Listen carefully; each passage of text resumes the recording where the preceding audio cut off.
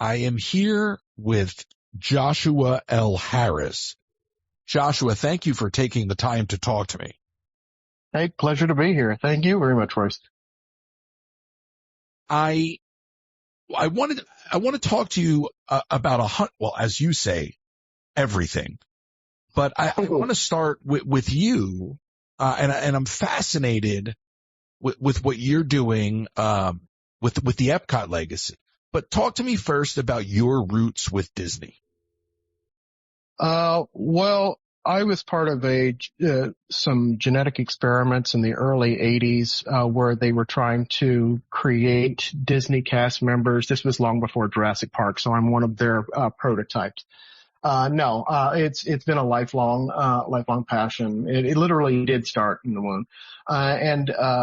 I've worked for the company for 20 years. I've been intimately connected with them for the last 35.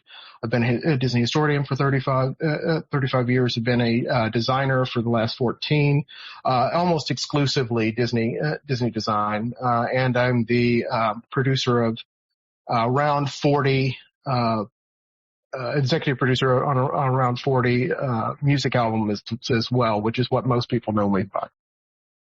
And talk to me about the Epcot legacy. I found that independent of you through Twitter and then put two and two together. And I love Epcot. So where does this idea come from? And how are you keeping Epcot alive?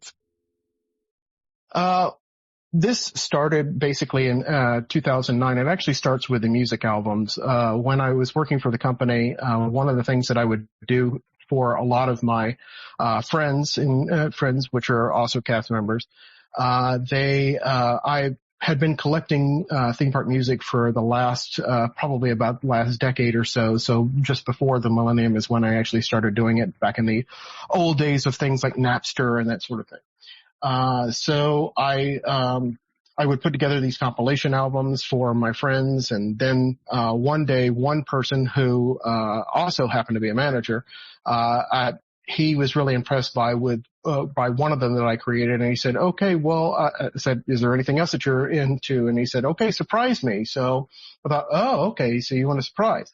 So I had this idea for a little while to do a series of albums called the Future World Soundtrack Series, which was 2-disc compilations for every single pavilion at Epcot. Then as I was going along the process, I thought, well, it's really not enough to go ahead and just showcase the soundtracks for this. I really want to be able to expand upon it, be able to see things like use and incorporate video, maybe some artwork, maybe some new artwork that I could create as well. Cause this was at the same time that I was, discovering that graphic design was a thing. And then after that, it snowballed from there and it became much larger of a project than I could ever do just for like 10 or 15 individuals that I knew. So, I eventually decided it would be a blog, and then a year after that it became a website, and the name of it, E82, the Epcot Legacy, I started at the same exact time that D23 started, and around the Disney MGM Studios, and for that matter any Disney property, there were these big posters that were coming out in 2009 that were saying, "Are you 23?" Meaning, are you a Disney fan? This was before they announced the name D23. And then I thought, okay, well, wait a minute. What's an even more specific thing? I was just like, are you 82? Are you a big Epcot fan? So E82, D23 starts almost exactly at the same time. And the website name, the Epcot Legacy, strangely enough, actually does start off as a tribute to the now gone Legacy Sculpture Garden, which I'm one of like 10 people in the world that actually liked it. I thought the execution was a little bit off, but I appreciate the sentiment. And it was one of the last projects of one of my Imagineering heroes, John Hinch. So that was where the name actually started. And it actually has 5 different realms for it. So I segment Epcot into artwork, history, music, legacy, and the Institute, which has been closed for a little while. I think that the world is just about ready for me to reopen that. But I really try to keep alive the the spirit of Epcot through these individual sections. I know that other people are doing other works like creating in full CG recreations of attractions and everything, which I've had a hand in collaborating for. And but I really my work in all genres is I want to incorporate it in as much into people's lifestyles as possible. So not to deter from anyone that I've collaborated with on like the CG recreations, but you actually have to sit there and you have to concentrate and you have to be on your computer to do that. I don't want that's something that's fine. It's great, but I prefer it be fully integrated into one's life, which is what Epcot should be. So, you know, if you want to listen to one of the albums while you're doing work at home, or you want to scroll through your feed while you have an Epcot background on your device, or you just want to look at one of the films that I've been either producing or restoring, you can do that as well. So everything is granulated down to that process. It's almost at 15 years for the entire project, but we still have so much more to do, you know. Yeah, and that's amazing, and I commend you for that. And I can't help but wonder, when do you bring that into the real world, whether it's an exhibit or whatnot? Yeah. So I had been wondering for a little while. Well, first of all, my efforts are definitely separate from the Walt Disney Company itself. So I can't actually bring anything into the physical world by myself with any of this, just from a legalistic perspective. But I have had attempts at trying to shape the future of the park. Unfortunately, unsuccessfully. I worked on for about 6 years. I worked on a short film called Epcot Recentered, which was an overview of the park's history, but at the same time, it was a way in which to solve its problems. So there is several situations that have plagued Epcot for years, that one of which is known as the Tomorrowland paradox, which is what I define it as, which is the problem of sustainably depicting the future for an extended period of time. That has always went back down to the beginning of Tomorrowland at Disneyland. So I figured out a solution to that, although it seems like it was late, because Chapek had his own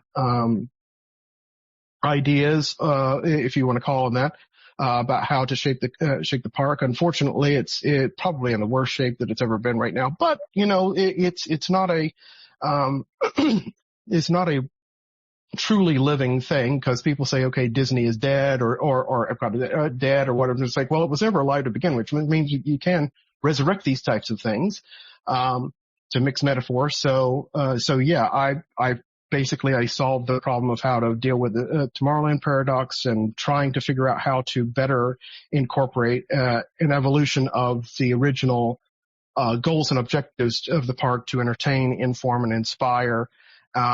And most people don't really realize this, but the dedication plaque for Epcot Center is actually written by Marty Sklar, which is the only person besides me who has worked on Epcot projects the longest.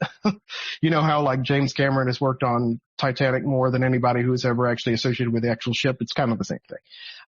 And Marty Sklar actually, when he writes things out and he lists things, he lists them in ascending order, not descending order. So when he says entertain, inform, and inspire, entertainment is the least of the objectives and inspiration is the most important. So I really focused on that, in the film, which you can see on my website, just Epcot Recentered on there. It was a long work, to do that, mostly because I wanted to be as persuasive as possible. So I try to make it as entertaining as possible, and it almost starts off as a semi PowerPoint presentation, and it goes to a full blown thrill ride at the end of it.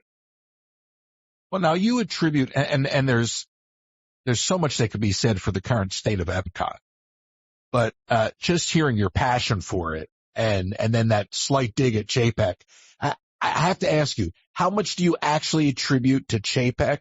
Or how much, in hindsight, does it really point back to Bob Iger?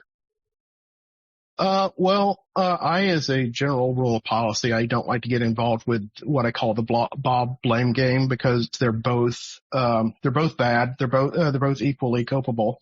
And also it's a managerial situation with that, because you can say, okay, well, Chapek did this, but how do you know that it wasn't a direct Bob Iger objective? One of the things that Chapek did when he first started first was put in charge of the Parks and Resorts, is that he came in with a lot of prejudices about how the actual organization ran. One of them is that they take far too long on projects. By the way, that's a feature, not a bug.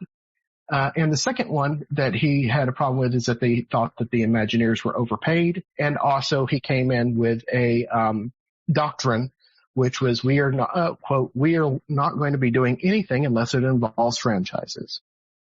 And when he did that, he essentially created a death sentence for or gave Imagineering a terminal illness at that point. Because then, by the time that we're looking at today, which is the present thing, Imagineering used to be its own unique entity. It could develop its own stories, its own character, its own environments. And now it is just subject to the whims of every single one of the other studios, which are producing content for film and for television, which are two completely separate mediums. And they also don't have to maintain the longevity that any theme park would actually have. So that's a huge issue with that. I do think that he was going under Iger's orders to fully implement that. When I was working at the company, several people who were working in primarily design and Imagineering had this really weird usage of the term support. So they would say that, okay, well, yeah, Frozen's coming out and Frozen's doing really well. So they've asked our division to go ahead and support that. I'm like, well, if it's doing really well, why does it need to support? Number one.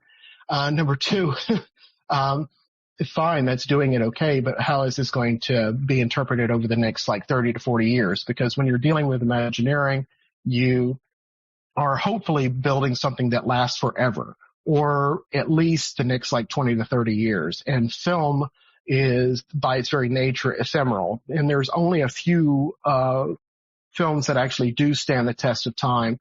I mean, if you look at the output of any particular year in the past 120 so years of Hollywood, only one or two of them ever actually survived to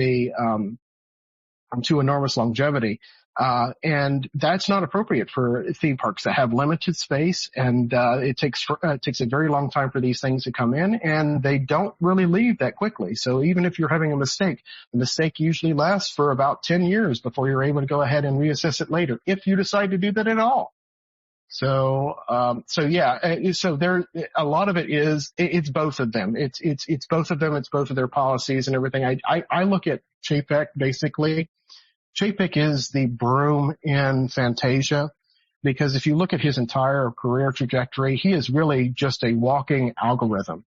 And if you feed in a particular order to him, he will follow that to the letter, and he will do that over and over and over again until it metastasizes into something truly horrific. Well, he's data-driven decision-making personified. I mean, there's no ability to take real risk. I thought the article, was it the New York Times article that kind of pulled the curtain back between their relationship? That was fascinating. I don't know if you read that. So I want to hone in on the oversaturation of IP. I recall, I want to say about 15 years ago, I recall a few folks that I knew working in consumer products and being completely aggravated that they flipped everything. It went from having product lines to having IP lines. So now we're developing for princesses. We're not doing baby products. And then it was anything and everything that could be a princess product. Where do you think this, I mean, that's the first thing that I think of. You're the historian. Where do you find that shift began? Where that edict whether it was handed down from Bob or Bob, right? Where was that moment? Because now, to your point, they're leaning on stuff that's so old that by the time we see it in the park, it's 3 decades, 4 decades behind us. Yeah. Joe. So I think that it actually starts with Bob's ascendancy in 2005. Really, if you really drill down to what the source is for all of this is that there's no overarching principle. There's no sound reasoning behind it. It is really just to justify Bob Iger's acquisitions, because he spent so much money on all of these companies that they want to recoup their investment in every single way possible as fast as possible. And if you notice that most of the IPs that they're talking about are all IPs that either Bob acquired or that were created after he took office. So you don't really talk about anything that has to do with an IP that's associated with Eisner or even Walt, for that matter. Definitely not Walt. So there are a few exceptions to the rule, because if any of your listeners are just like, okay, well, what about this or what about that? I'm just like, obviously you'll have certain things which are immune, which would be things like The Lion King, Little Mermaid, Beauty and the Beast, those types of perennials. But most of the other things are left outside. The thing that really annoys me too is just like, like IP has become such a pervasive word or a pervasive acronym now in our society. I mean, like IP is intellectual property. That's a legal term. That's not a conceptual term. Right. Even franchise. I hate that word. I call it the real F word, because no, franchise is what happens when someone who's completely independent decides to open a Chick-fil-A. And then they go ahead and they apply for a license to create a Chick-fil-A, and then the Chick-fil-A corporation comes in and does it with somebody completely separate. If you were to make any of these legitimately franchises, then you would have Marvel Studios product that would be done by Paramount one year, and then next year it would be done by Universal, and next year it would be done by Disney. But if they're all in the same thing, that's not a franchise. That's a movie series, but that's not anything else with that one. And then it also cheapens the entire experience. So you're not able to, because you're in a sense, you're drilling it down to what it is from a technical perspective, not from any sort of aspirational, or marketable, product. You're just like, okay, fine. You say that this IP or that IP. So you're thinking about things in terms of business. You're not thinking about it in terms of legacy or lineage or being able to live up to the standards of what this particular story property is. That's a large part of the problem that they have with it. And then it filters down to things like content, which is what we're producing right now, if you want to get technical about it, which is just, it's not something that's, okay, it's a recording, it's a historical thing, it's a radio show, like you can say that, but to reduce it to something like content, that just means that you're just putting out another widget, another sprocket that goes down the assembly line that has absolutely no value other than just maintaining the factory line. Well, that's what the internet has done. Yeah. Because this podcast is content. Moana 2 is content. And now suddenly it doesn't matter what the spend is. I mean, it does matter, but it doesn't matter in terms of qualifying it as content, right? And that's what happens. You have an over fragmented media landscape. And there's a niche for everyone. I mean, think about how many shows are out there that people listen to that, including even this, that so many others aren't aware of. So to break through in today's world, it's tough. And if they took the risk, I always say, if I understand the safe bet is to rehash and to sequelize and prequelize and so on and so forth, but just to invest a little bit in original storytelling would breed inevitably new IP. So like, right. That's what you call, right?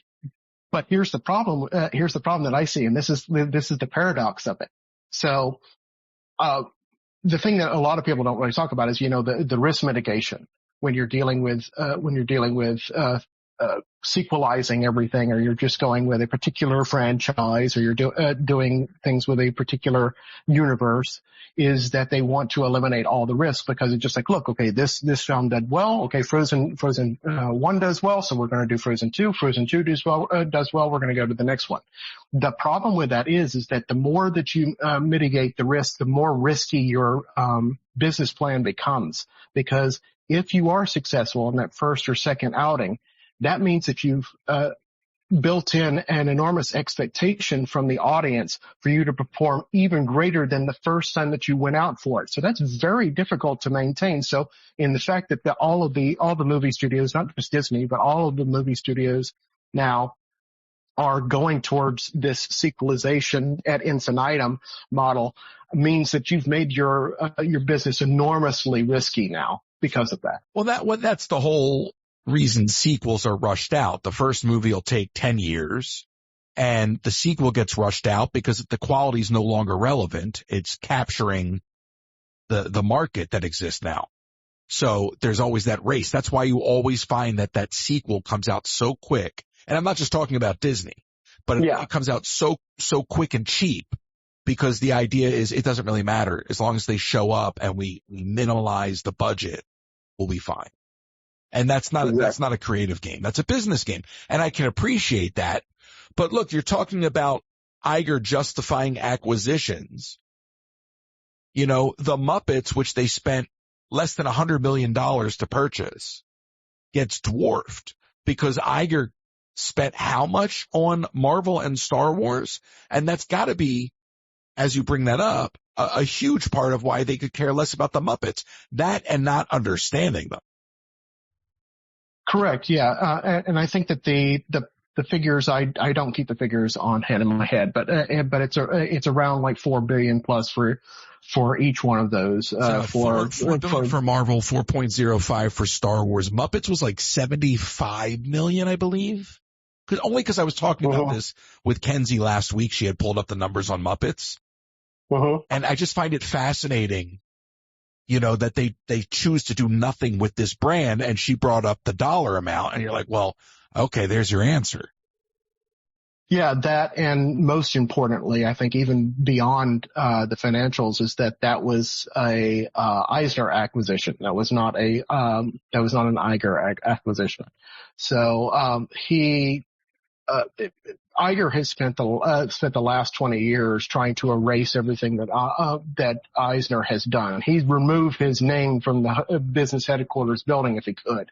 And I do know, based off of my connections inside of Burbank and everything, that there is enormous amounts of red tape around Iger. For example, certain divisions of the company, I'm sorry, I need to keep this vague. One division of the company that deals primarily with history, has been specifically told, do not use Iger's name, Michael Eisner's name or his, image in anything, essentially. You know, you're allowed to do it on occasion, but you're not allowed to do it as a whole. So a lot of it has to do with, Iger's passion to erase Eisner from existence. Yeah, well, that was a very interesting relationship at its end, because Eisner got very paranoid that Iger was gunning for his job. As well he should. Well, because he was, but he played it the entire time.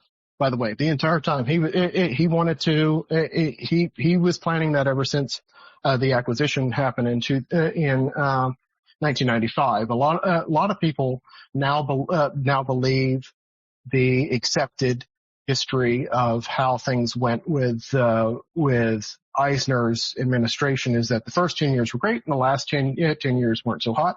And the pivot point for that is the death of Frank Wells, which happens in 1994. When your business partner dies, or for that matter, even your life partner, if your wife or your husband dies and everything, you don't actually change your entire persona. You don't actually change your entire outlook on life, or for that matter, how your personality runs. No, there was something else involved with this, and something else involved was what happened a year after that. So in 1995, not 94, but 95, when Eisner had no protection, which was Frank Wells, and during the Capital Cities ABC acquisition, he gets Iger, and Bob Iger looks at the company as an opportunity to create a platform for himself to eventually go through a presidential run. Right. And really a lot of his subjugation of the Disney brand is really, it's multifold, but it's multifold that only services Bob Iger. It doesn't service anyone else on the planet, except for him. So. Well, don't you think that's why he left before the pandemic hit? Because he was eyeing that run? Yeah, well, so there's two reasons why he did that. First of all, he was already well invested in China, and he was there all the time. He considers Shanghai Disney his proudest accomplishment. I personally think it's a profoundly ugly park, especially its castle. Wow. But Staggs took the fall for that, so Iger could take the glory. Yeah, exactly. Yeah. So I think he knew what was happening in China. I think that he knew that he needed to get out as quickly as possible. And also a lot of the bills were coming due for a lot of his acquisitions. Star Wars has not been doing too well. Endgame had already ended the game of Marvel. Everything else was about to come, all checks were about to come due. So of course he was going to put Chapek in there. But the interesting thing about it is, and I know this from a couple of my contacts that are actually more well connected than I am, that Iger has in the recent like year or so has went full Nero with the company. He knows that the films that they're putting in production are not going to make back their money, and he's doing it either to convey a message or to keep the machinery moving. But at the same time, he doesn't love being he doesn't love the fact that he is the CEO of the Walt Disney Company. He loves the attention that he receives as a major studio head in general. So one of the things that they do is they have line items on the budgets for open bars at every single production that happens in the Burbank studio. And he visits them quite frequently. So he's doing all of this right now. I mean, with no sense or any sort of consideration for the future. He's never really considered himself what he should be considering himself is, which is he is the steward of this rich legacy of the Walt Disney Company. Wait a second. Eisner got that, but Iger does not care. So. I want to understand what you just said there for a second, because I may have misinterpreted it. Are you saying that he's wining and dining on the corporate card, or are you saying there are literally bars on set? Both. There are bars on set that for Bob Iger? They're for the entire production, but he enjoys it too, and he enjoys the Hollywood parties and everything. This is one of the reasons why he decided to come back. And it says in that article, it says in a couple of different sources that he was considering a presidential run. I just recently said on another show, I'm just like, like right now, he is being properly put to task and properly being vilified. I don't think as not much as he should be, but that's just me right now. It'll come out eventually. But he was considering that. And if you look at like before 2019, he was the most beloved CEO on the planet. And if you look at him trying to make a presidential run in 2020, his entire campaign is, look, we can make this entire company be like Disney World. This entire country be like Disney World. He would have won in a landslide. I mean, who cares about Trump? Bob Iger would have won. But Bob doesn't understand that he is the lapdog of the Democratic Party. He is not a driver of the Democratic Party. There are other people that were in line, especially like Hillary, or for that matter, anybody else that they have in there, that they want to put in. They have no consideration of somebody who is their corporate mouthpiece. Because if you really want to know how Bob Iger feels about any particular issue, you just have to watch The View. The 4 of the 5 ladies are expressing his opinions for him. Listen, he's one of these guys that is almost too smart because he thinks that he thought, I should say, that they would have allowed him in, but never in a million years would they have allowed him to become their nominee. Ever. Correct. Ever. Yeah. He'd have a better chance with the Republicans, and that still won't happen. Mm-hmm. Totally. Yeah. Yeah. And really, you look at his business dealings and everything, because I've had to listen to this drivel for the past 15 years or so, that where people praise him for his leadership, but the only thing that they ever bring up about his leadership is his mergers and acquisitions. Right. And in almost all the cases, he paid exorbitantly more than they were ever asking. And by he paid, I mean he opened up Walt Disney's checkbook, and then he paid through Walt's checkbook. He essentially stole Walt's money to buy Lucasfilm, which was stolen from George. So it's high crimes and misdemeanors for him the entire way down and up. So, well, now let's talk about that for a second, because I have a few things I want to make sure we get to. But sure, do you feel that George Lucas from day one, as I do, has gotten a bad deal from the Walt Disney Company all the way back to Eisner? I feel like this poor man has been ripped off by the Disney Corporation from day one. Well, I think that Eisner treated him very well. In fact, I'm connected to Michael through one degree of separation through 3 or 4 different people. So they tell me things about him and everything. And really, if you want to talk about somebody who's got an enormous bad rap over the past 15 years, it's Michael Eisner. But really, I think that a lot of the problems with George started with the prequels. And I, for one, I enjoy the prequels, and I actually do love the main, the subplot, which he put in there, which is how, dictatorships actually form. The whole entire thing with the Senate and everything, that's the most fascinating part of it to me. I mean, if you want to talk about just in the entire, saga, the Skywalker saga, the true one that actually is from 1 to 6, if you really think about that, my most interesting, most favorite character is Palpatine in there.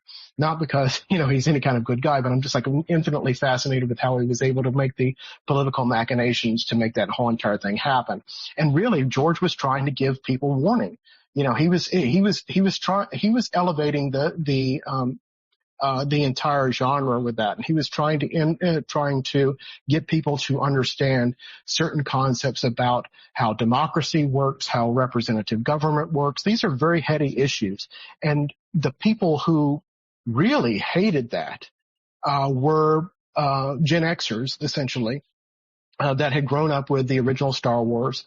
And they didn't like the subplot with that, because I don't think that they understood it. And secondly, it could be the whole entire, you could also analyze this as saying, okay, it's like the whole meme, okay, are we the baddies? Because I think he's talking about us in the subjugation of government and democracy. And then also, people talk about Jar Jar Binks, and of course I recognize the fact that, Jake Lloyd was probably perhaps way too young to actually do the original Anakin thing, but also the Gen Xers, which would go into the cinema about that, they really didn't like those two elements of it, but they didn't understand. It's just okay, well, George has always said that this was a children's medium. Out of my mouth. So yeah, so and they were insulted by that, because it's just okay, well, I bet, to their vantage point, I had spent my entire life dedicated to this property, and he's making it look like a children's thing, which is embarrassing for me. So I'm going to go ahead and I'm going to trash it. And then you have the whole entire full-length documentary, which was the case against George Lucas. At least I think that was the title. And he was somewhat considering doing 7, 8, and 9 during, I believe it was around 2012, which is when a lot of this stuff started. But he already knew that he got a lot of criticism. He had a whole movie made about how everybody hated his prequel. So he's just look, okay, I don't want to deal with this. I'm way too old for it. So when they they redo Star Tours in the parks, And that one does extraordinarily well. And I actually think that that's the original incarnation of that before they started inserting commercials for every single Star Wars property that is today that no one cares about. The 2012, the Adventures Continue version, I think that they did an extraordinarily well job with that. And he was impressed, and George was impressed by that as well. So they actually railroaded him into going ahead and starting a merger, an acquisition of his company, because he thought that Disney being Disney, not that it's now the Iger Corporation, not necessarily the Walt Disney Company. He thought that he was leaving it in good hands the entire way through.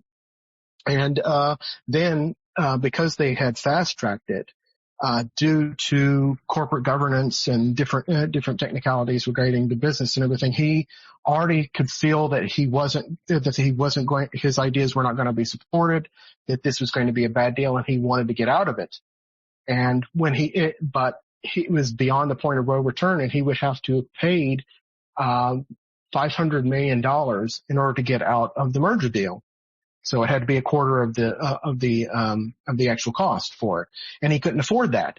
So when you see that picture of super smiling Bob Iger right next to George, which looks like he's been shot in the heart, that's the reason why, because he doesn't want to sign over his company to Bob Iger. And for anybody listening, it's just like, if you don't believe this, you can read Bob Iger's biography himself. He proudly admits this. First of all, he said it in Ride of a Lifetime that Lucas had to do it because of the change in the capital gains tax. So he was forced to move quicker than he would have. But don't you find it interesting that his parting shot is installing Kathleen Kennedy? It's like, right. Well, I mean, first of all, why? Because he knew better. I mean, it was almost like a big middle finger. Like, okay, because he had scripts. Yes. Yeah. And they said, no, we're going to throw those out. So but it's interesting. The reason I brought up going back to Eisner on that is because in Keys to the Kingdom, he stated that he paid Lucas $1 million a year initially for the rights to Star Wars in the parks, which is insane. Yeah. I mean, I think that we forget now, though, really, that Star Wars as a property was a lot smaller before the acquisition than it was after. Not to say that Bob deserves any kind of credit for it, but just from a cultural perspective, like there's probably like somewhere in the neighborhood of 100,000 hours of commentary on YouTube about every single aspect of Star Wars now, and that it permeates most the conversations. I mean, here it is. You brought on a Disney historian and somebody who's specifically focused on Epcot. We've been spending a lot of time talking about Star Wars because it takes up a lot of the oxygen in the room. That would have not happened about like 15 years ago. And so I think that like $1 million for a licensing fee, yeah, sure, that's fine, especially since it was really just Star Tours that they were doing. There was eventually a wonderful thing that I was working next to all the time when I was at the Disney Engineer Studios, which is Star Wars Weekends. That was always fun and refreshing in May, but yeah, I mean, like $1 million a year, that's especially during the 80s and the early 90s. I mean, that's fine. That's fair. Could have been more, but whatever. But yeah, but but I know that their relationship was very amicable. Like they were very much friendly. They didn't really have any problems with each other. Well, Eisner was a friend of talent. I mean, that was the one thing. Correct. And Iger puts on the show. So let's move away from Star Wars. And as much as I want to keep going with Epcot, and I do think Epcot represents the beginning of the dismantling of the legacy parks or the legacy aspects of the parks. Now you have, and you're very vocal about Rivers of America, and you have Muppets going away. And I just look at these things and I go, and I understand the Iger of it all. But how is there nobody in the company that stands up for legacy, just as a whole? Even if you're going to get rid of the Muppets, have a plan for it, like an exit strategy. and not just to say, we'll talk about it later, because we all know what that means. Mm-hmm.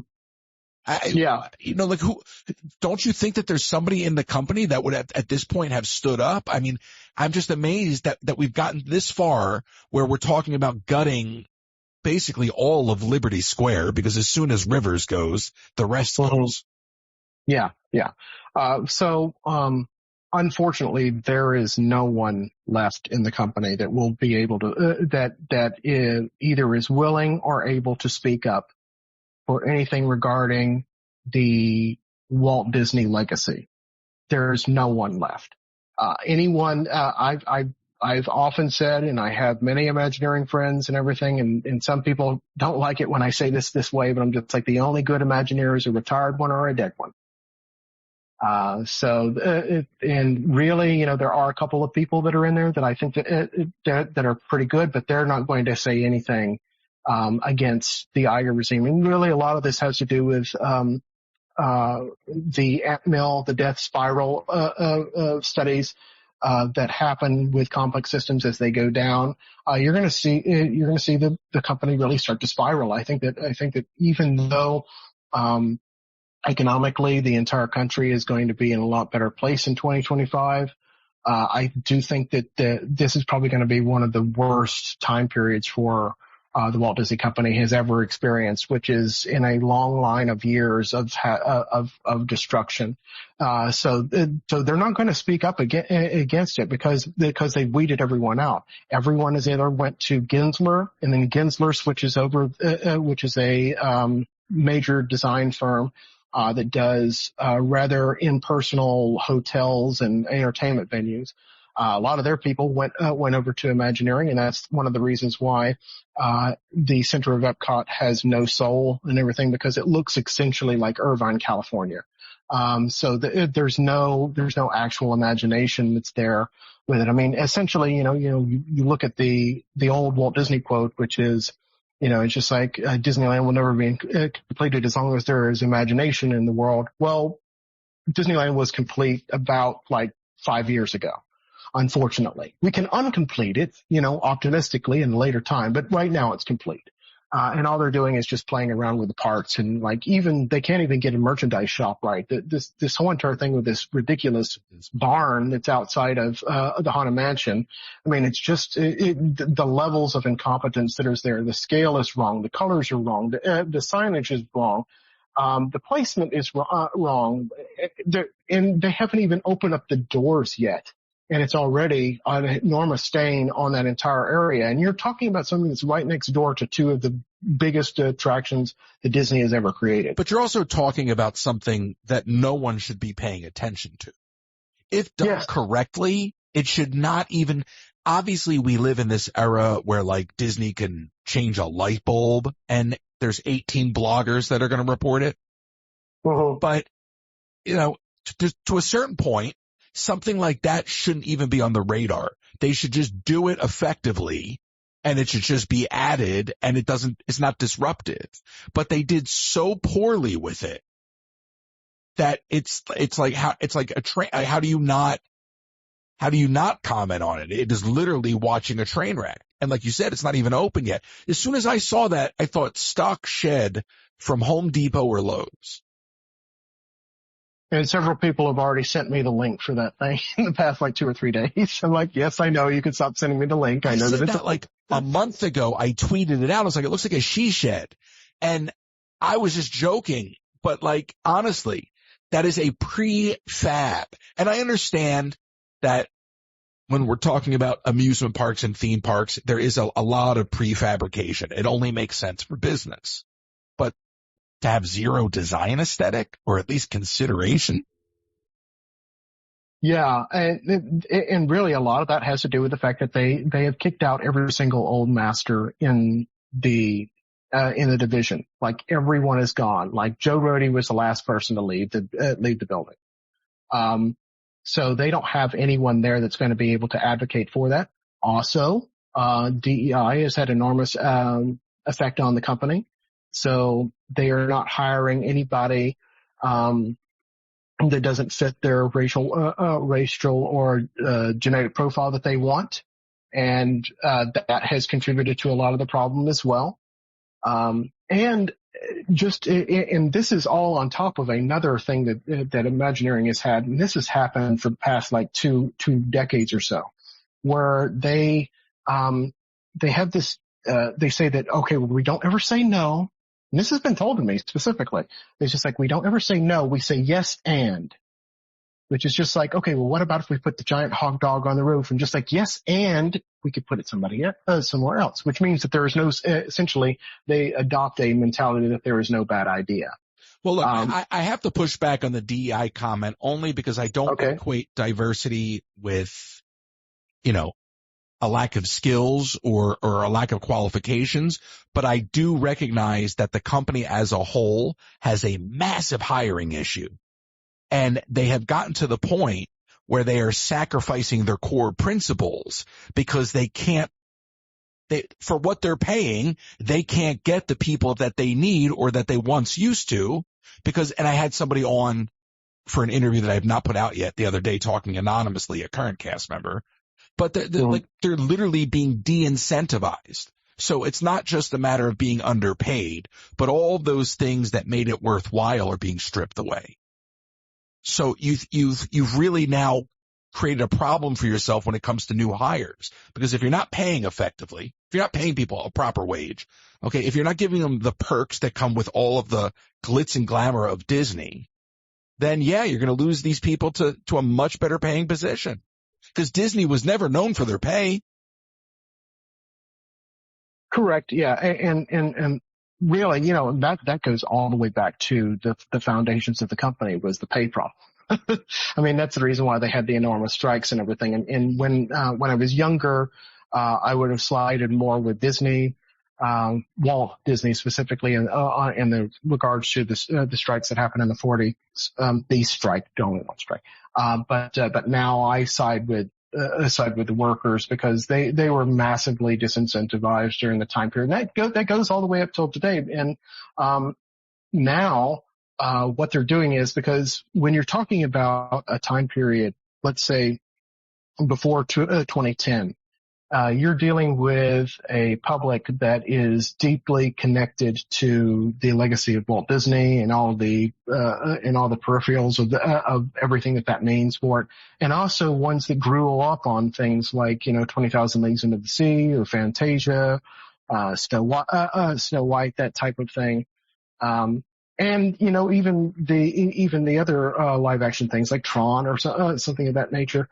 So you're getting a much more intellectual based, Disney, fan that understands what the brand is, understands its power, understands its popularity, and is willing to sacrifice some amount of pay in order to go ahead and be a part of that and to work in that, space. That applies to me, definitely.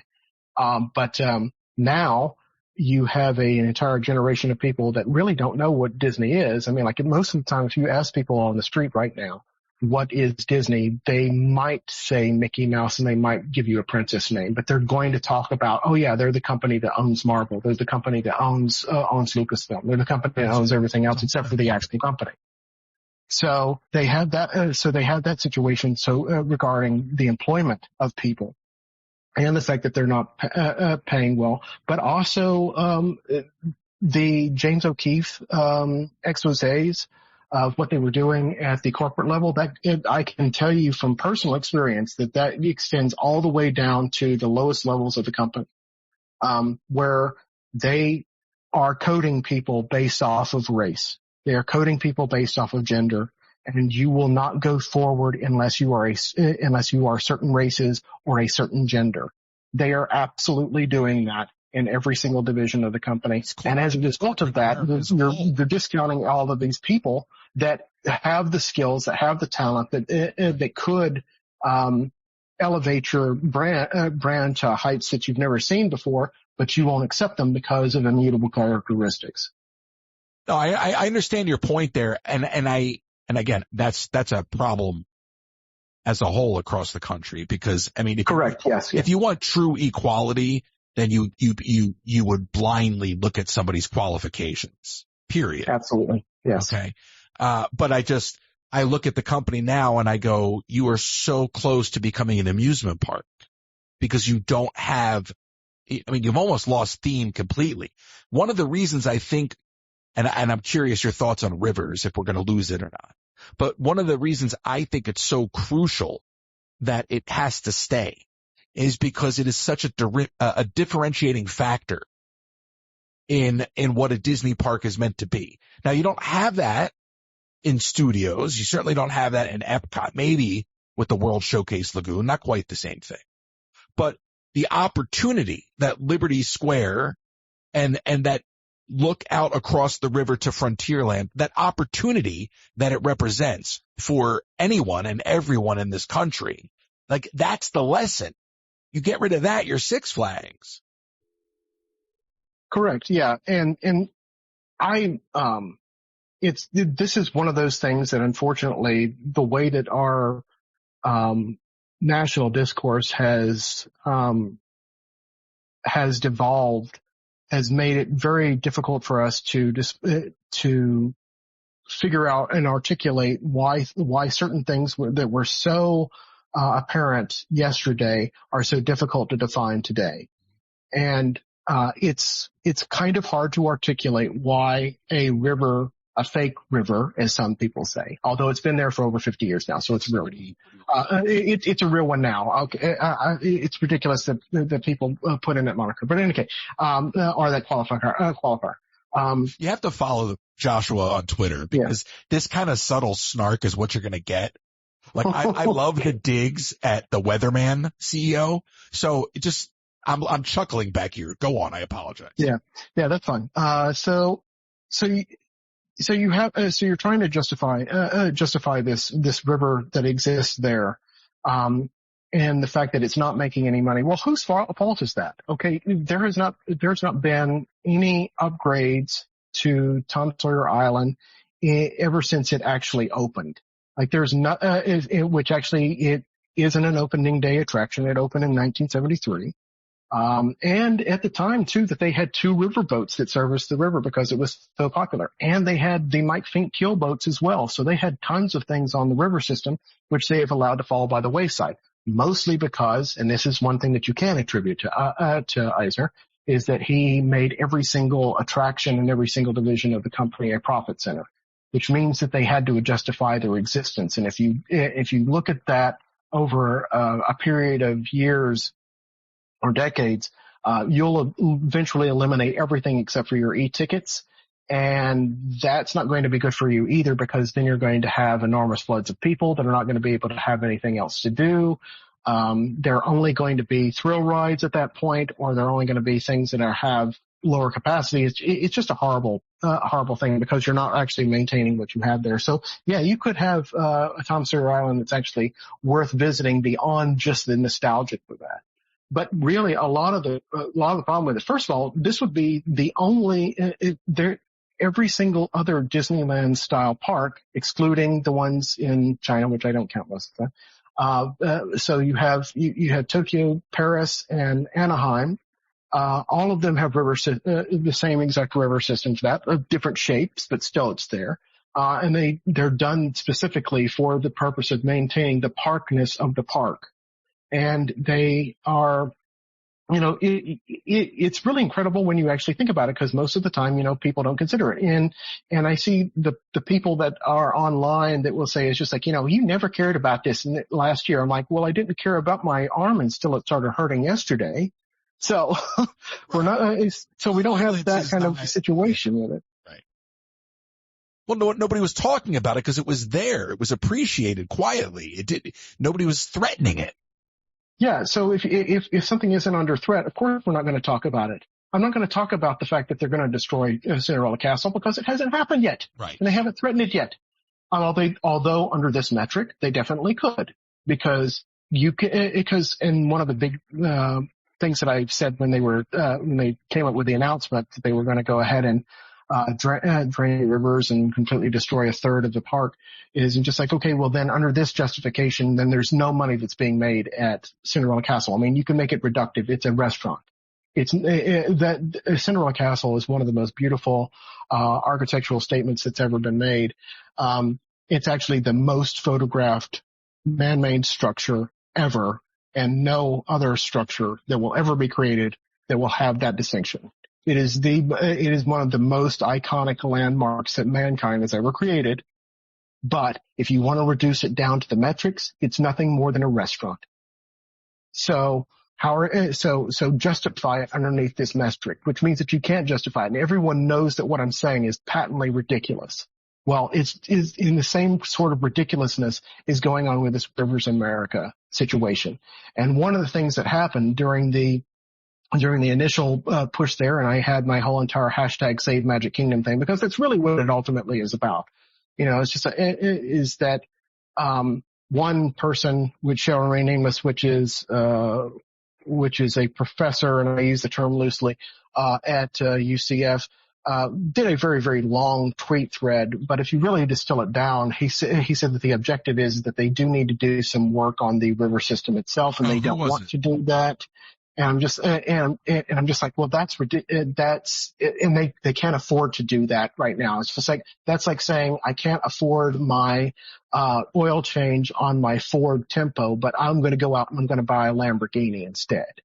It's just like, no, you could definitely afford this, and it would be a minimal cost, and you can actually improve the river system. My stepdad just recently retired from the company, and he closed out his career at the riverboat. So they have tons of effects that are supposed to be on the island and off the island, that they haven't maintained over the years. And as a result of that, and this happens with every single attraction, they cut their maintenance budget because they want to devote more maintenance dollars to other things. Like they'll give the maintenance money to Haunted Mansion because that's obviously a market driver. And they'll give the money to Big Thunder, but they won't give anything to Tom Sawyer Island. And I mean absolutely nothing to Tom Sawyer Island. And what do you think that's going to happen when things get neglected like that? This is a total violation of everything that Walt Disney believed about it. Just like, his whole entire closing edict to the world, although he didn't know that he was making it at the time. It was just like, he said, give the public everything that you give them. Keep it clean, keep it friendly. Well, it's not giving the public everything that you need when you're constantly neglecting the attractions. And then it gets to a point where you have like online commentators or anybody else that's in a sphere of influence for the parks that say it's just like, okay, well, this isn't that good right now, so you could just go ahead and get rid of it anyway, and then we're going to put in something else, which will be a far lesser quality, by the way. Far lesser quality. And the attraction that they showed is a 7-year-old stock ride. Yeah. And no one really, I mean, like, that's another thing too. It's just like, first of all, I don't think that you can ever say, okay, yeah, we're going to top this. We're going to top Rivers America with what exactly? And I have an enormous imagination, and I could believe that, you can come up with some really cool concepts, but what they're replacing all of this with is really, really vapid stuff that no one actually believes in. I mean, I haven't been excited about a theme park announcement in probably like 15 years now. Like nothing is thrilling for that. And I'm a Disney historian, and I'm definitely a diehard person here. And I'm like, I don't care about any of these things. The only thing that actually surprised me, and the last thing that surprised me, was Pandora. And that one has a very interesting history. I mean, Joe Rohde, they announced that they were going to put that inside of his park when he was on vacation. And when he came back and he said, they're going to put what in my park? He was furious. He didn't want Pandora inside of his park because, of course, that's not entirely integral to the whole entire concept and mission and theme of Animal Kingdom. So what he did is he coerced them into saying, okay, fine, if you're going to put this in the park, I'm going to make it so that it can fit in my park. Because what they were going to do is, they were just going to put in a simulator, and it was going to be very bare bones, and it was going to be kind of on the same scale as what you would have on the opposite side of the park, which would be Dinosaur. Exactly. So it's just like, oh no, because they had a whole line item for a whole budget devoted towards area development for that. And normally they wouldn't do that in these. They would have the attraction budget, and then they would have like a little sliver of that would be for area development. No, they had a huge one for that. And that one's the last thing that's impressed me with it. So the fact that they're taking these things out and they're not replacing it with anything that's worthwhile, that one's, it's doubly galling. Well, and the thing is, the term is plussing. So if you're Correct. going to do it, then you have to elevate. And if you're not elevating, and I understand that the company is all about solving problems, and that's a very data-driven way to do things. And I understand that the data now tells them that the things that Walt thought were, principal to the company, to the philosophy, no longer matter. But that's just data. Because if you actually were to give people and continue to invest in giving people the things that Walt created, then they would embrace them. But if you're stripping them away, then it's very easy just to go, oh, so you didn't like them. But you took them away. The river's sitting there. People enjoy that every day they walk by. There's a cool breeze coming off that river in the humid Orlando summer. Yeah, it is very picturesque, and it's just like it perfectly frames like something like the Haunted Mansion. I mean, if you take out that river system, the Haunted Mansion doesn't work. No. Sure, you get inside the building and then it's fine, but that's part of a much larger point. The real reason why you go to a Disney theme park is because of, and this is based off of a Joe Rohde lecture. The real reason why you go to a theme park is because of the lack of contradictions. Because when you are going through your everyday life, you are constantly having to look around at the aesthetics that you see, when you're driving to work or when you're going to a store, when you're always looking at contradiction upon contradiction, and you're constantly having to weed that out in your mind, and that becomes enormously taxing on your psyche. Well, theme parks are an expression where it's an art form that is entirely obsessed with avoiding contradictions. So when you're going into a park, you shouldn't have to censor your eyes on anything. Everything should be cohesive. Everything should work in a harmonious way. But when I'm going into the Magic Kingdom right now, I have to kind of look away at the ridiculous paint scheme that they have on Cinderella Castle. I'm having to think about, I'm like, okay, just forget that for right now. Just enjoy the rest of it. And then you walk into a certain area, like you're going inside of Epcot, and the new entrance plaza, which looks very similar to the old entrance plaza, looks great. But then you have to go inside. It's just like, okay, I'm just going to forget this, and I'm just going to, try to get to World Showcase as quickly as possible, so I don't have to think about the contradiction here. Well, that's the core reason why you go inside the park in the first place, is to eliminate the contradiction so that your mind can have ability to relax and you can enjoy the beauty and the artistry and the landscaping and all of these wonderful aspects that are working in concert with each other. And if you eliminate something like the Rivers of America, you're going to have that problem, because why is there a big manor house there off the side of the road?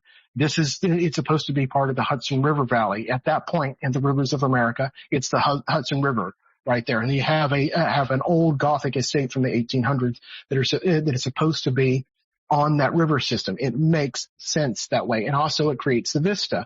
One of the big problems that I've had for years, and I tried to like Universal.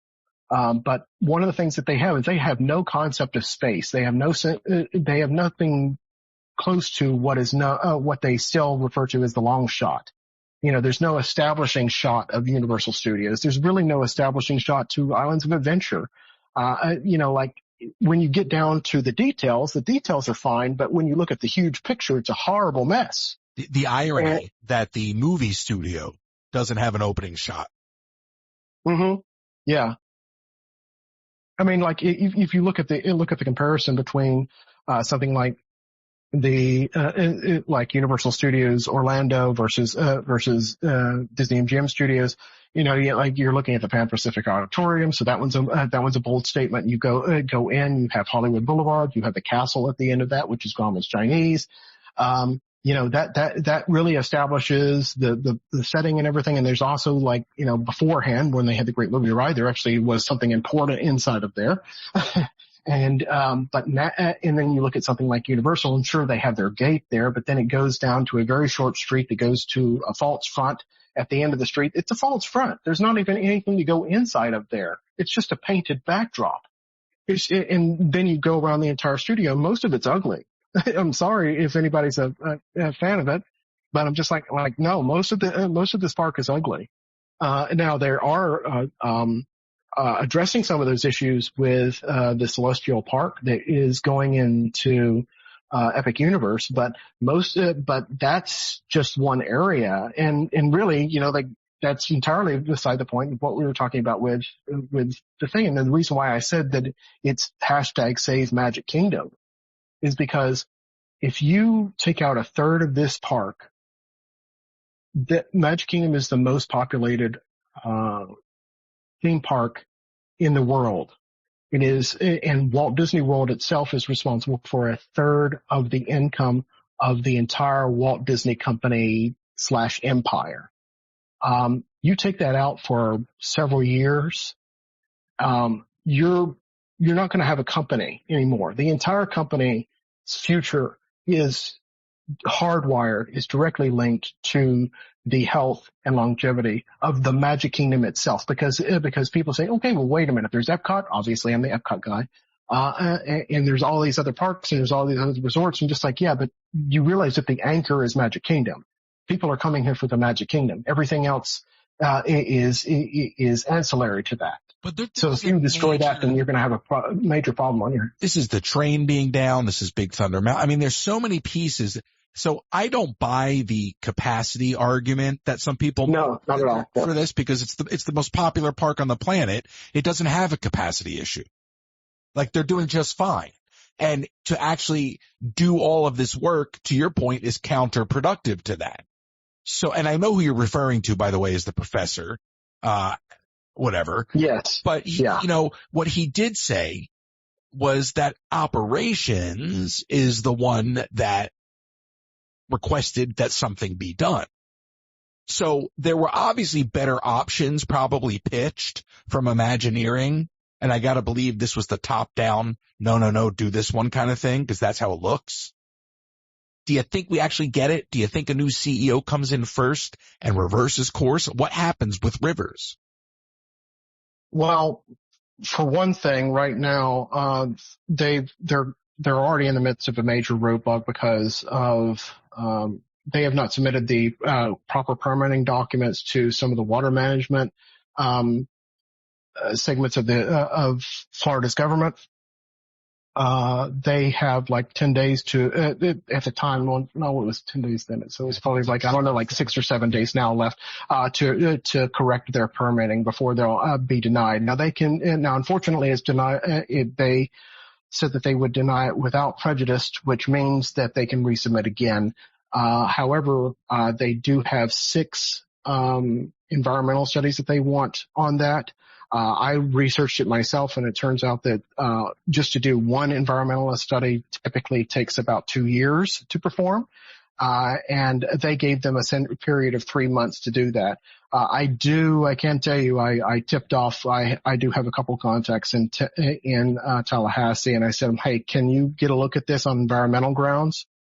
You can also do it on economic grounds too, because, like if the Magic Kingdom goes down, not only does the company goes down directly, but also every single mom and pop or hotel facility in Central Florida actually, gets impacted as well. So you can do it on economic ones as well, but that's a little harder for them to do, for that. But so they're attacking it from an environmental grounds with that one. I've talked with a couple of contacts, that we're in the know on this, and they say that just like, yeah, they feel that they need to do it, but there's also big reasons why they can't.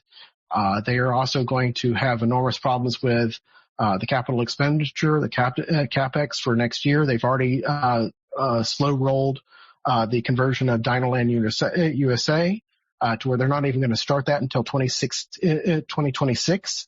Now they were supposed to start it, around like January of next year, and now it's going to be pulled back another year, possibly even plus than that. So you have that going on as well.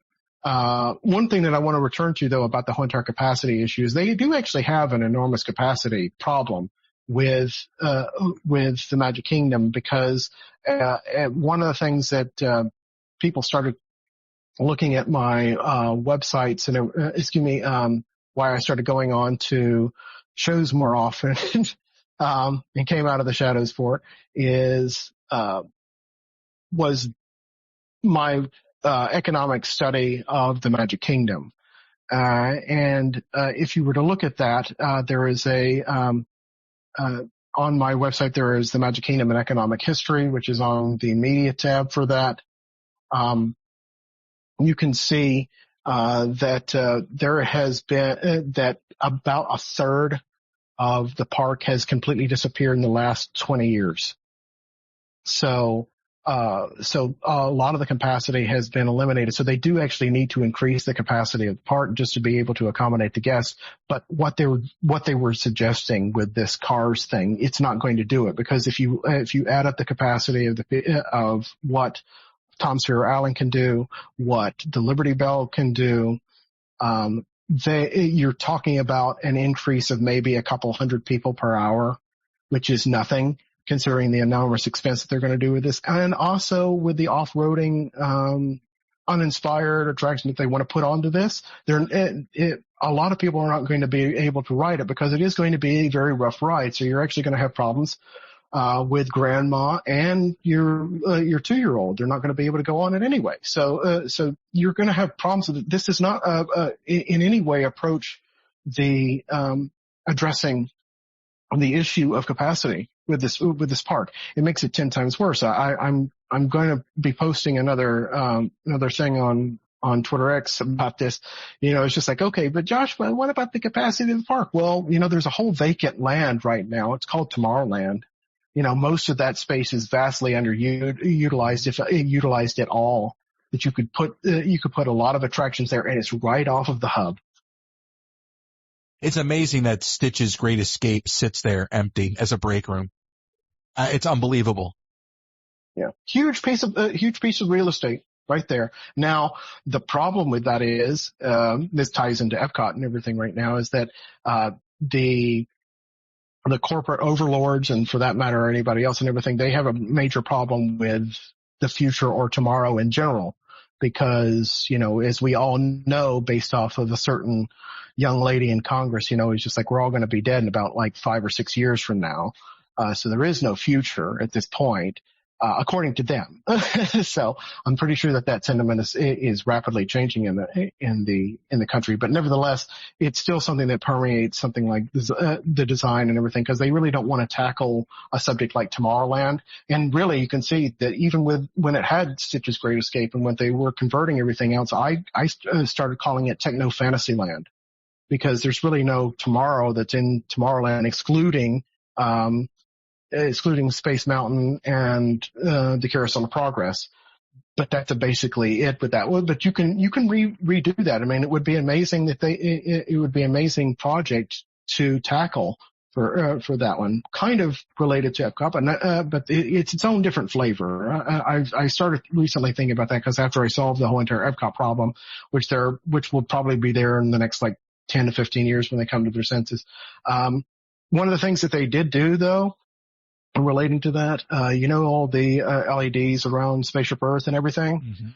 Mm-hmm. That is my concept from 2016. And I know specifically that they were inspired by that, because one of the people who was working on the project told me 2 years before they actually turned them on, they said, oh yeah, they're going to put your lights on the sphere. That's so funny, because my friend's friend is the guy that built the lights. Wow. He literally built the lights. So that's impressive. Small world. Yeah, right. Yeah, because they said it's just like, yeah, you're gonna put your thing on there, because it's been on my because I used to do a New Year's Eve tradition where I had this little animation of Spaceship Earth where I had all the vertices that were lighting up and everything, and they actually said that, yeah, we decided to go ahead and take the concept for that, which was really kind of like it's kind of bittersweet, because it's just like, yeah, cause it was debuting as part of the 50th anniversary celebration, which was kind of horrible, and lackluster. And the only part of it that everyone actually loved was my concept. And the other thing that people like, just on an online perspective, is that, one of the things that people have been pining over ever since the 50th anniversary of Disneyland is people were just like, because they came up with that cool 6-disc musical history of Disneyland. People have been were waiting for like 16 years for Walt Disney World to come up with their own. And then when I found out that wasn't going to happen, I'm just like, well, I have enough of this stuff that I could probably go ahead and do that. So I actually created it. Again, it's on my website if anybody wants to find it. It's a 6-hour journey throughout the entire history of the Magic Kingdom from a musical perspective. It has tons of bonus features and everything. So I actually gave people what they actually wanted from the 50th celebration. But it's amazing to me because you're there curating, and you would think, and conventionally, and I know the way Disney operates, but conventionally you'd be like, oh, well, this guy's an asset. Like, somebody's curating this for us. We should, and this is somebody that used to be a cast member. We should embrace this, or hey, he's got an idea. We should shepherd that creativity. But for a company that prides themselves on creativity, they really don't inspire it internally. No, and really there is a hard and fast rule within the company where you are not allowed to solicit ideas under any circumstance. And they do not accept it. They don't accept it internally. They don't accept it externally either. They have a hard rule that does that. And that's one of the reasons why it was kind of complicated for me to do my Epcot Recenter project, because it really focuses on the conceptual basis of how you should evolve this park. And it provides no actual ride ideas or anything else of that nature. And I've actually had several retired Imagineers and people look at it and just like, this is amazing. This is what people should do. People that I enormously respect, that were really the old masters of Imagineering, just like, yeah, this is definitely what they should do. And it looks like they're not going to do that because they don't do anything with unsolicited ideas, which is very unfortunate because it's kind of a catch-22, because you can't, in most situations, if you were trying to get inside of Imagineering, you would present ideas or you would present conceptual things that they also would never be able to use just to be able to get in. So it's a profoundly complicated thing. One of the reasons why they don't particularly like me in that aspect is because I really am very historically based at the moment with it, and they don't like anything that deals with the past of the company. They only want to deal with the things that are going on right now. So a lot of people would ask me, it's just like, why is it that? First of all, I applied like 80 times to be in different roles with the company in a creative capacity. But they also just like, yeah, you do so much great stuff that involves Disney. I'm just like, well, look at what the company is doing right now. It's not doing any Disney whatsoever. The only thing that they're doing are things that are related to Marvel, Star Wars, or Pixar. Correct. What was your last role in the company? My last role was as a concierge. So I was a concierge at the Polynesian Resort. I did that for about 10 years. I also worked inside the parks. So I've got both of the ends of that. And really, like when you're dealing with it as a concierge is it's guest relations plus a hotel. So I've heard every single complaint from people. I know where it is. I mean, like my finger was on the pulse so much that I'm just like, I want to really take my finger off of this. I can't deal with certain situations, like things like My Magic Plus was an absolute nightmare that it still gives me like PTSD. So you look at that, and then you also how the parks operate as well. Worked in multiple attractions inside of the parks. Also was one of the people who is on the inaugural team of the Dream Squad.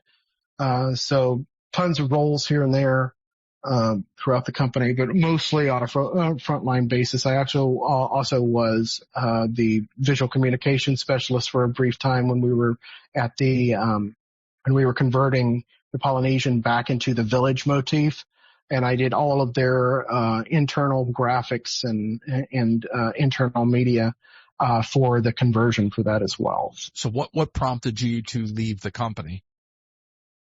Well, there was COVID. So I left the company in 2020 with everyone else, so I got laid off with that one. And then I did return for a brief time. I'm not comfortable talking about what happened with that on a public forum. That's fair. We could talk. Listen, there's a lot of things I want to say to you right now that I won't say because we're recording this. So, Sure. As a former cast member myself, so we can have those conversations. Yes, just not with you people listening. I'm sorry. Sorry. No, there's a lot of things I know that I can't talk about because otherwise I wouldn't know these things. Yeah, and that's the thing too. He's just like, because a couple of the shows that I've been on beforehand, like I've expressed my problems with certain coverage of things because, yeah, sure, I'm not with the company anymore, but there are certain things that you just do not talk about for the rest of your life on camera, on stage, whatever it is. You just don't do it. There are certain things like, for example, character integrity. I'm never going to discuss that on a public forum. And there's tons of things that I could say, and I've had family members that worked in entertainment. I'm not going to discuss these things in a public forum because the public literally cannot handle it. No, and listen, I have a huge love for the company, and I think there's a difference between being a content creator in pursuit of, I don't like this feedback I'm getting, a content creator in the pursuit of clicks and views, or what I think we're doing here, which is trying to have a constructive conversation about something that we love and adore, and hoping that this company will find its way. Let's go into a speed round. I'm going to just kind of ask you a couple questions. Sure. And I'll let you unpack it. So, do they wipe out Rivers completely? Do we get a truncated Rivers? Who's the next CEO? Where does Muppet Vision 3D land? And does Apple acquire Disney? Is that what Bob Iger has been prepping all along? Okay, Rivers, I think if it can survive the next 4 or 5 months, then it's going to be safe, period. When you're dealing with imaginary timetables and you're dealing with projects and everything else, if they find out that they don't have enough money for it, then it's over. If they find out that the Florida state has problems with it on environmental grounds, because one of the things that happens is that the water that goes from the rivers of America feeds into the Seven Seas Lagoon, which eventually goes down to the Everglades. So they do have a legitimate claim for that. That's not like the whole entire Al Capone tax evasion loophole thing. No, this is serious. There are serious ecological concerns when you're dealing with removing this river system, in addition to the fact that they want to deforest massive parts of the landscaping that is just outside of the park in order to create just staging areas for this. So that has enormous problems as well. So I'm hoping and I'm thinking that it's just like if we can get past maybe April or so, then rivers should be saved completely. The second question that you had was Muppets. The interesting thing that I've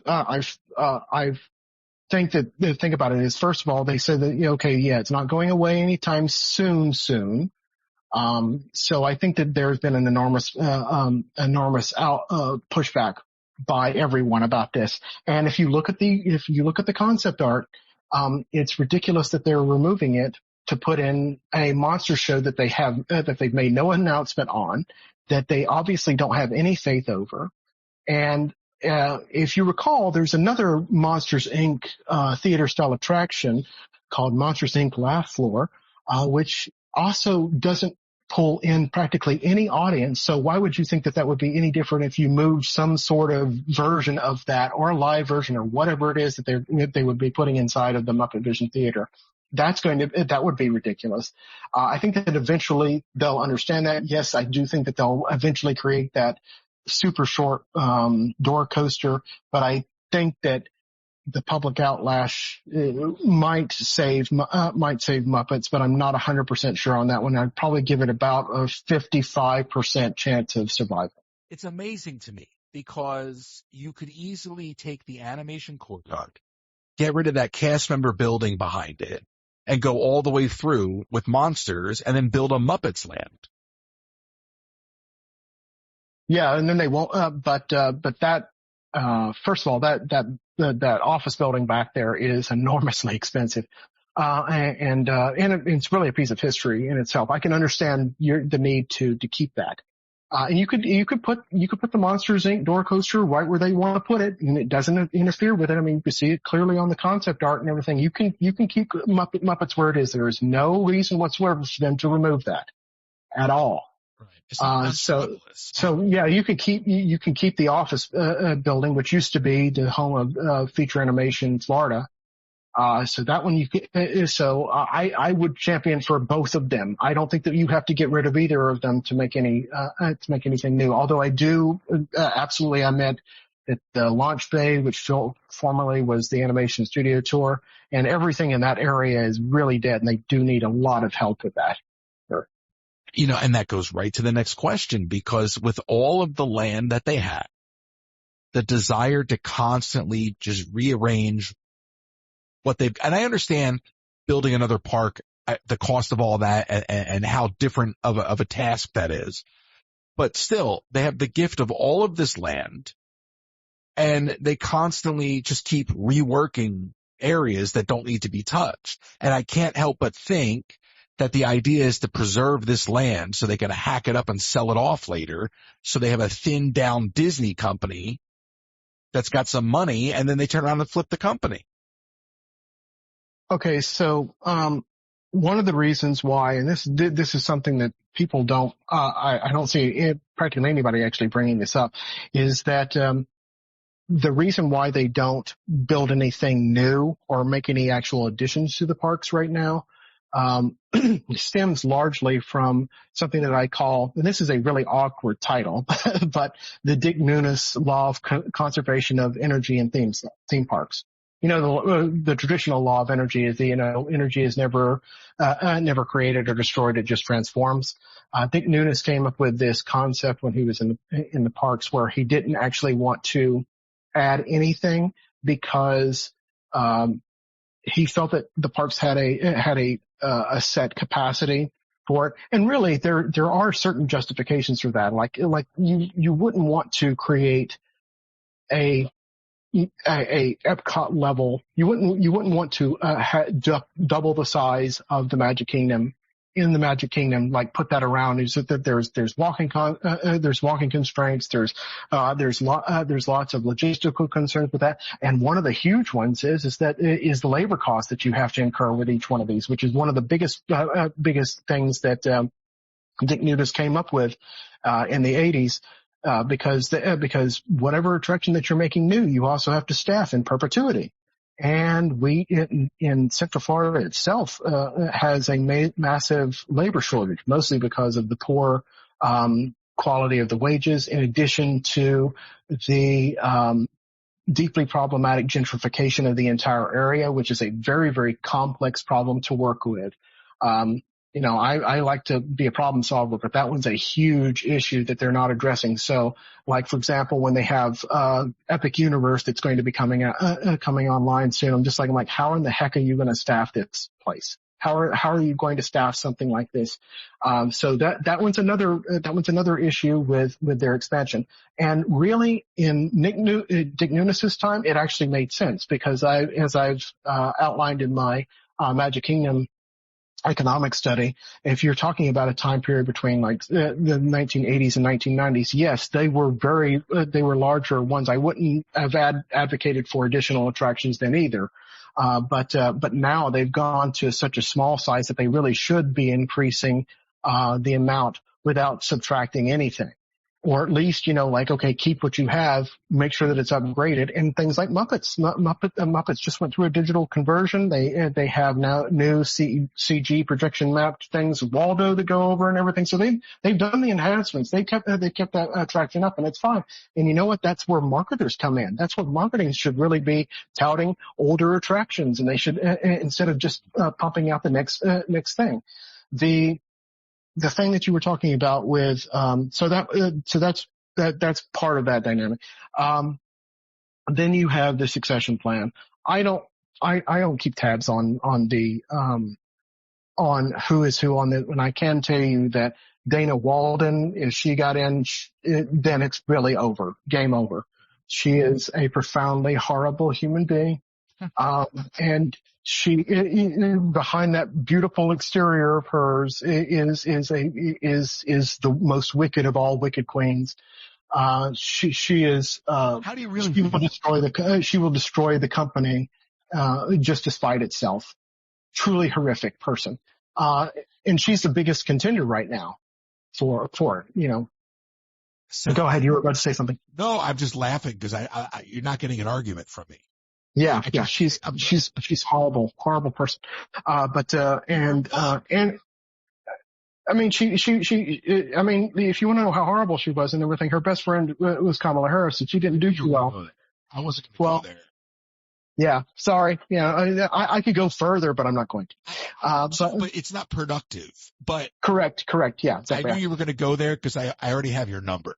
But yeah, I'm laughing. Yeah. Look, irrespective of those points, that it is game over if you take she is the epitome of a fear-based Hollywood decision maker. And if you bring her in, it's data, and it's doubling down on all these bad decisions. And I don't know what's worse, her or the guy, was it not Activision? Oh my gosh, what company? Andrew, the guy that's responsible for all the microtransactions.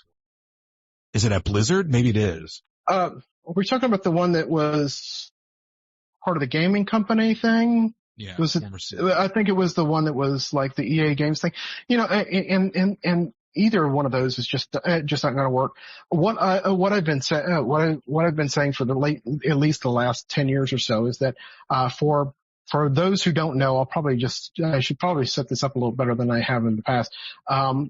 Before Michael Eisner and Frank Wells came in, the plan was, and this was in 1984, the plan was that after the corporate raiders had come in to the company, which wasn't doing so hot at the time, they wanted to split off the company. They were going to sell the library, they were going to sell the studio, and then they were going to have the parks operate independently. So they're going to split up the entirety of the Walt Disney Company, which was all the Walt Disney Company at the time, unlike today. And what I've been saying for the past 10 years now is that what didn't happen in 1984 needs to happen now. So they do need to split it off. What Bob Iger has created with this monstrosity of a place with all of these different IP, with all of these different studios, with all of its real estate holdings and its cruise lines, and you everyone's seen the organizational chart of Disney online. That just like, this is all the things that they own in every single division. It's just a huge mess. And there's no way to actually, be able to shepherd all that to where you're actually able to use them to your advantage. So all of that really, they need to split up as much of the company as they possibly can. A lot of people will say, but what about the theme parks? What about all the stuff in there? Well, they had license agreements before. They'll have licensing agreements again. And they can also, it would increase the flexibility of every single studio because they also, one of the things that they've done with this whole entire system is that they've not only eliminated the competition, but they've eliminated any chance of anything actually of value happening here. So, they can't, cause you'll have, we can't release a Disney movie on that weekend because we have a Marvel movie coming out, and the Marvel movie can't move this date because they have the Star Wars one that's coming out there. So you end up with far less choices about what you're able to have, for the general consumer, which actually does decrease your profits over time. So when you're looking at something like, people are touting out the $1 billion plus that Moana has made. I'm just like, well, yeah, that's very easy to do when you've eliminated literally all of your competition. That is the entire market for the entire time period for family entertainment for Thanksgiving, of course. And if you really want to look at it from that metric, $1 billion is pathetic. So, so you really do need to, this company really does need to separate off into multiple business units. One of the reasons why they have so many problems with the parks and the reasons why they're not investing in it is because all of their profits get funneled back into the studios and back into, servicing the debt for the Fox acquisition. All of this stuff was that was doing that. And if you don't cultivate the actual market where you're making money, aka the parks, then you're going to encounter a lot of problems from that. because you're giving good money to bad things. Well, the parks are on autopilot. You made an Yes. interesting point about not marketing upgrades, because you spend all this money to upgrade just the plus little things. But if people don't know about them, if your whole point is everything's supposed to be a cost center, well, then you should be marketing these things to get back the money, right? Theoretically, even though doesn't directly correlate, but you would think there'd be an interest in at least saying, hey, we spent some money over here. Come check it out. Yeah. And they can also, marketing should actually, because that's one of the big sticking points when you're dealing with any industry right now, is that marketing has a stranglehold on every single one of them, to where they've made their jobs extraordinarily easy in every single sector. Because you can look at it with the toothpaste that's on the aisle, to the theme park, to a major motion picture. They get the marketing people involved early, which is the problem. They say it's just like, well, essentially all of their conversations are, we've never sold that before, and we don't have any data to assume that we would make any money off of that. So we would have difficulty marketing product X with this.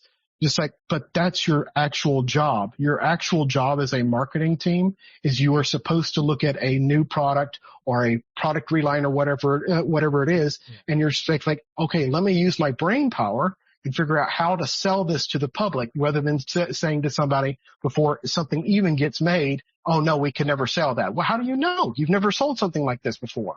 By that metric, you would never have self-parking rockets or anything else that we've had in our society, because no, we've never sold this whole entire horseless buggy thing. We don't know what that's about. We don't know if anybody's going to be able to figure out what it is when you don't actually need a horse in order to drive anywhere. Then there's no cars. There's no anything. Right. That's the reason why all of our innovation in the entirety of Western society has collapsed, is because no one has any actual proper marketing campaigns. Well, there's no daring to be disruptive, right? So it's all, again, pointing to, despite the fact that they love using that word, but yeah. What? Disruptive. They like to use the word disruptive without actually disrupting anything. No. Just moving things around on a spreadsheet is their idea of disruptive. It's just correct. Sorting it in a different order is disruptive. So, look, you've said so many things, and I could talk to you for another 2 hours, and I'm not going to do that to you. But there's something to be said for slimming down the company. If you saw what Comcast announced last week, I think it was, that they're going to spin off all of their cable assets, then it makes perfect sense to say we can be a slimmed down studio experiences company, and then or we could be distribution experiences and then have production go off into another entity. Like, they could chop it up. The idea of production and distribution being under the same roof, it's still a new idea. I was at NBC Universal TV Studios back in the day. Our first show that we ever produced for a non-NBC company was House, which wasn't that long ago. So the idea that you would be a company producing for another client was a very new idea.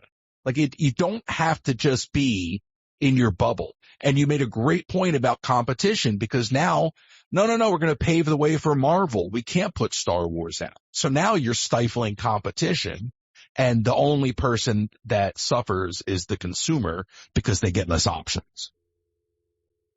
Yeah, you're making me think about, like, the problem that we've had with streaming. I mean, like, I don't know if you watched the show, the interview show Trigonometry, but their famous last question is, what's the thing that no one's talking about that we should be talking about? And one of the things that I think about often, I would answer that question with, just in the entertainment space, that is the communization of streaming. Because when you're dealing with, like, streaming models, there's no economic force, there's no economic say that where you're able to, where the public can give their wallet vote towards the type of entertainment that they want to see anymore. Because if you're just going to keep it under a subscription service, then I can make horrible shows or I can make great shows, but there's no real incentive to perform. And a lot of our society is going towards a subscription based thing, which means that we're going to have essentially no say in anything that actually gets produced. But they're no longer selling you. It's a different product. Now the product is access, right? Like that's what Apple's been trying to tap into. And yes, we put your card on file. It doesn't matter if you ever log in. I never watch Netflix. What do? I scroll through the menu. I'm like, oh, I remember that movie. Oh yeah. Okay. That happens. Cool. Nah, next one. And then I log out. I go do something else. So they got your card on file. It's the quality no longer comes into the conversation, and it's a churn game. It's sad, but that's so do you think that Apple's the buyer for Disney? I don't think that they really want it. Now I do think that that's part of, what Bob Iger's plan is, much like his presidential run. That's what his plan is. That I think that he wants to get the company in a certain thing. I mean, one of the things that they are definitely pivoting for is they're pivoting, for ESPN to be, spun off, which I have a problem with the whole entire concept of spin off. It's a little weird to me because I'm just like, so wait a minute. You're going to sell it off, but you're also going to control it still at the same time. Because that's what spin-off, at least from my perception, that's what that actually means. It's just like, oh no, you'll still be underneath the umbrella. It's just that you're going to be semi-independent.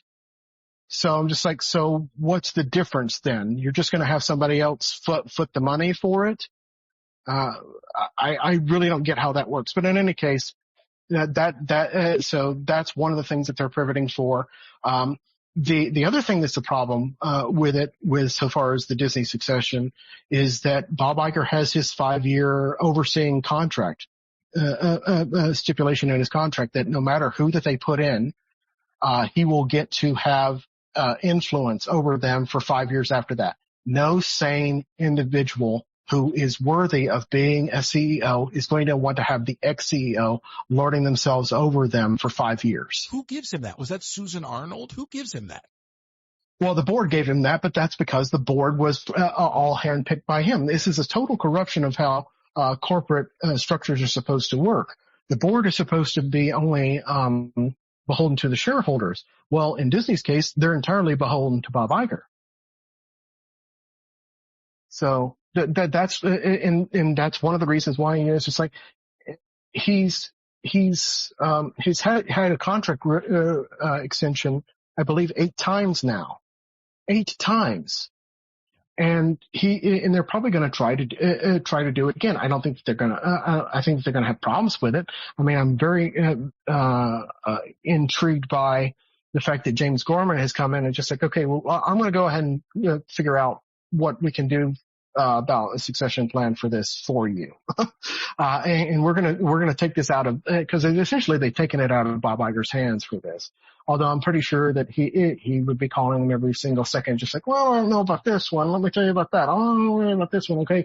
Well, fine. You don't want anybody to run it, but you're also not running it correctly. So what's the problem here, Bob? It's funny because in his book, Right of a Lifetime, he says the reason he decided to leave was because he got to the point that there was nothing anybody could present to him in terms of new ideas or new ways of approaching things that he hadn't heard before. And he thought that at that point I should probably leave because I'm kind of walled off. Obviously he didn't read his own book. Right. And he also like, okay, well then whose fault is that? Whose fault is it that you've surrounded yourself with no one but anybody who has your particular ideology about it? Like, you don't see that you're culpable in these situations? I mean, that's part of the audacity of his entire reign.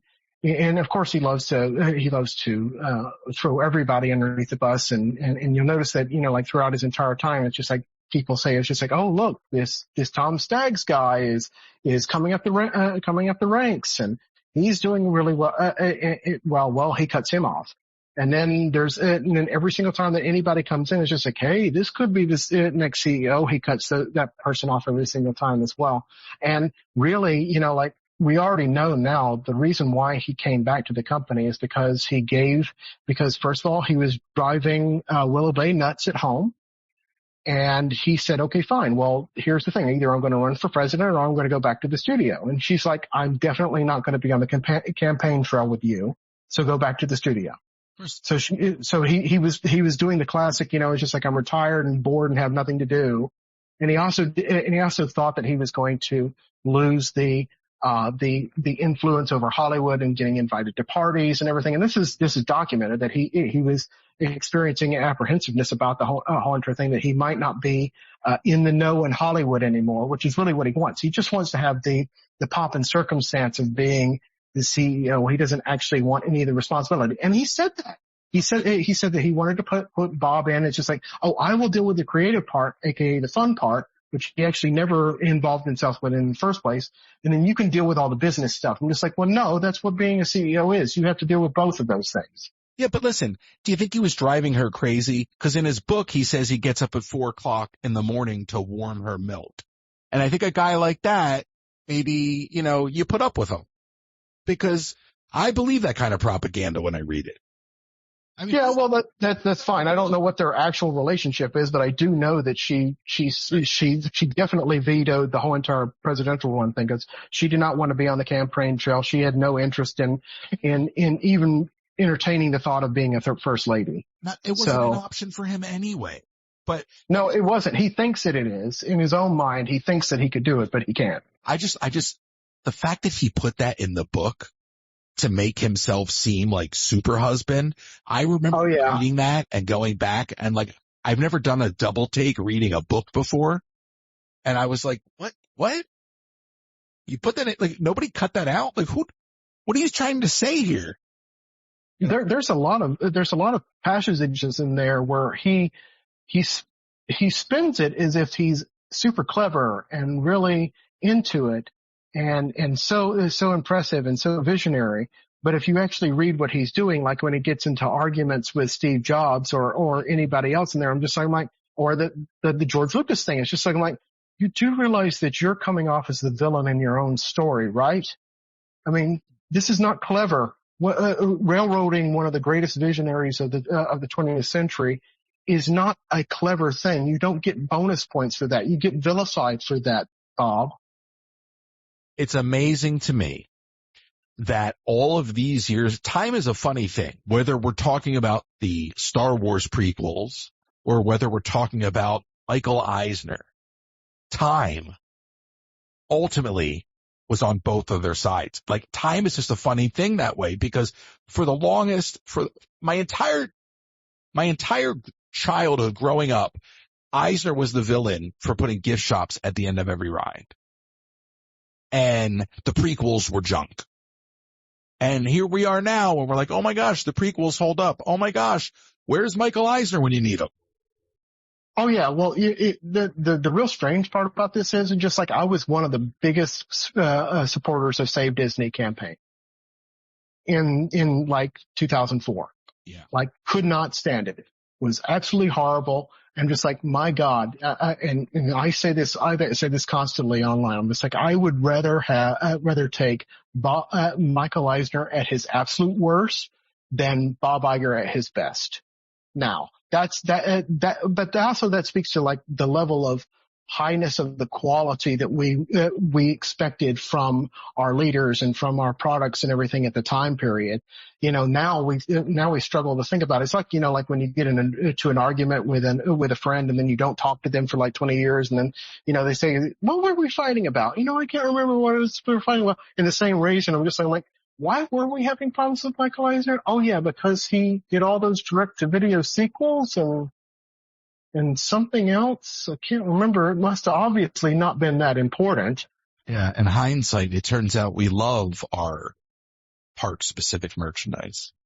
Yeah, exactly. Yeah. And it was park specific at the same time and everything. And also no one really batted an eye with it. I mean, sure, there were some people that raised objections at the time, but it's just like, well, yeah, that's going to happen with it. I would much rather I would much rather a attraction empty out into a pre-built gift shop than to have a barn that's attached to it. So Unbelievable. Joshua, thank you so much for taking the time to talk to me. I will end on this thought. I hope that Tom Staggs and Kevin Mayer find their way back into the company. I think that the Walt Disney Company was always at its best when it had two folks running it from the top. So I'll say that. And I want to thank you. You're brilliant to talk to. I can't wait to talk to you off the air because I know we have stories to trade that we can't talk about on the air. Sorry, everyone. But thank you again. Just an incredible time and such wonderful insight. And I thank you on behalf of my audience. well, thank you, Royce. I really appreciate it. This has been a pleasure. Absolutely. Thank you.